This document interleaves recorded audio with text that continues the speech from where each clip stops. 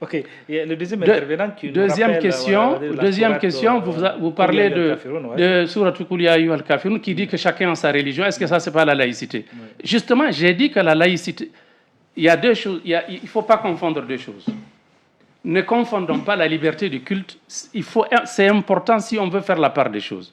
Ne confondons pas la liberté du culte qui est garantie par l'islam, pas seulement dans cette sourate Qul ya ayyuhal kafirun, mais dans plusieurs versets coraniques que je peux vous citer.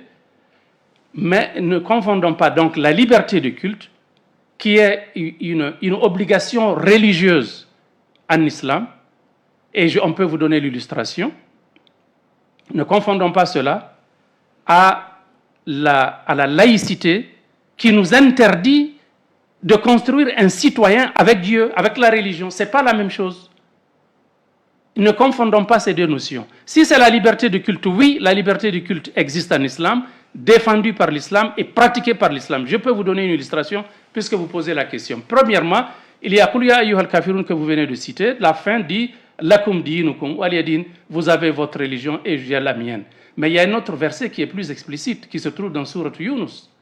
Ce verset nous dit Walau sha'a rabbuka la amana man fil ardi kulluhum jami'a afa anta tukrihu an-nasa hatta yakunu muslimin. Ici dans ce verset, Dieu s'adresse au prophète sallallahu alayhi wa sallam. Le prophète, il dit au prophète, sache que si Dieu l'avait voulu, il aurait fait de tous les humains des croyants. Est-ce toi, Mohammed, toi, mon prophète, est-ce toi qui vas obliger les gens à devenir musulmans? Tu ne peux pas parce que la foi m'appartient, c'est une lumière que je mets dans le cœur des gens. Toi,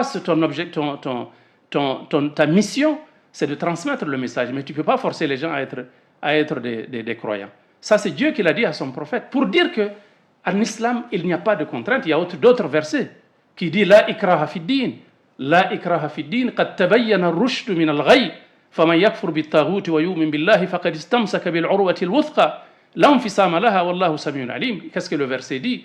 La ikraha fi din, il n'y a pas de contrainte en matière de religion, car la bonne voie, la voie droite se distingue de l'égarement. C'est ce que le verset dit. Donc, en islam, il n'y a pas de problème par rapport à la liberté de culte. Et je vais vous donner une illustration pratique.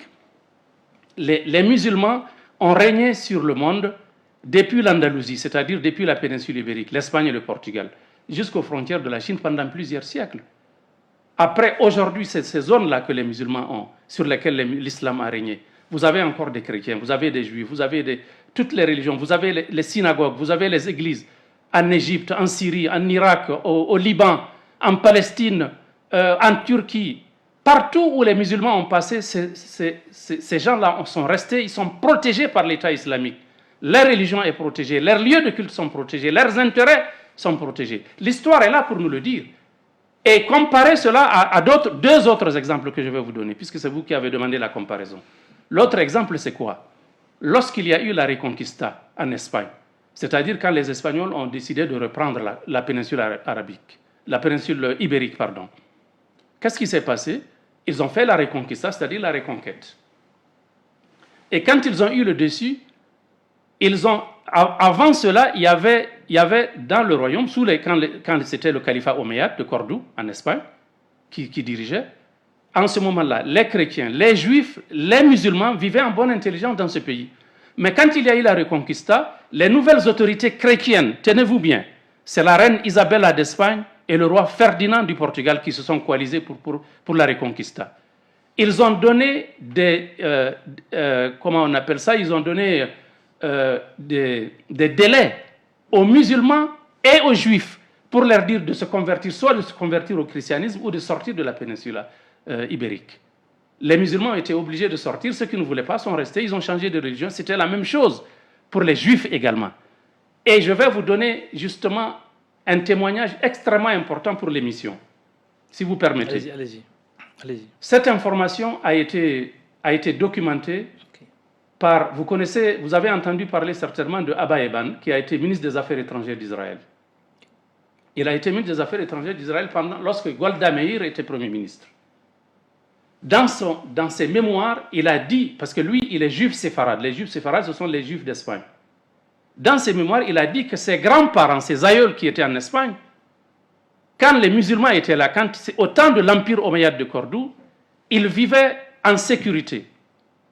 Mais quand les chrétiens avaient pris le pouvoir, ils ont forcé ses parents à quitter la péninsule. Allez regarder les mémoires de Abba Eban, ancien ministre des Affaires étrangères d'Israël. Lui, il est juif. Il a été victime justement de cette intolérance de cet État chrétien. Donc ça, c'est pour vous dire que le problème de la liberté de culte ne s'est jamais posé en islam. Ce sont les autres qui sont intolérants vis-à-vis des musulmans. Vous connaissez aujourd'hui, ces dernières années, avec Macron, 900 mosquées et centres islamiques musulmans ont été fermés en France. 900. Donc, ce sont les autres qui sont intolérants vis-à-vis des musulmans. Ce n'est pas le contraire. Il faut qu'on s'entende là-dessus. Oui, d'accord.